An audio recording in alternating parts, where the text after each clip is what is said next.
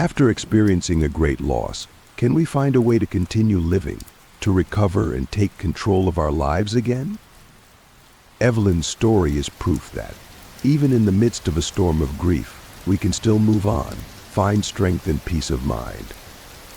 In this video, we explore 5 common mistakes that many people make after losing a spouse, hasty decisions that can prolong the pain and hinder the healing process. These mistakes often stem from grief and emotional neediness, making it easy for us to make poor choices. But don't worry, you don't have to face this alone. Let's learn the important steps to overcome grief with strength, peace, and hope. Let's start the journey to find peace in your soul and life. First, making big financial decisions too soon. Losing a spouse is one of the most painful experiences of a person's life. Not only is it emotionally taxing, but it also entails a series of decisions that need to be made, especially when it comes to finances.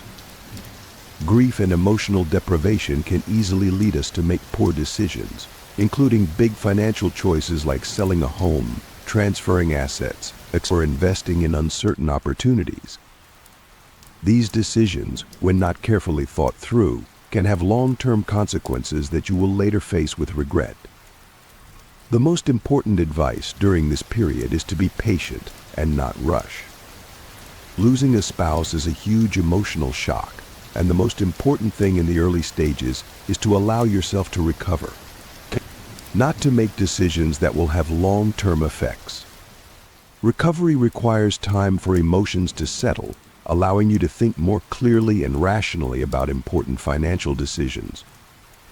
Financial experts recommend that you avoid making permanent financial decisions for at least the first year after losing a spouse. This time period gives you a chance to process your grief, stabilize your emotions, and look at life with a more sober perspective.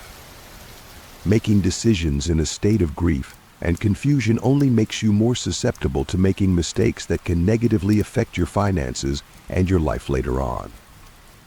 The story of Elizabeth, a New Yorker, is a typical example. After losing her husband, she felt lost and wanted to find a way to relieve the emptiness in her heart. In her grief, she decided to sell the house that she and her husband had shared for 40 years, with the reason being to ease her pain and find a new, more comfortable space. However, when her emotions subsided and she began to reflect, she realized that this change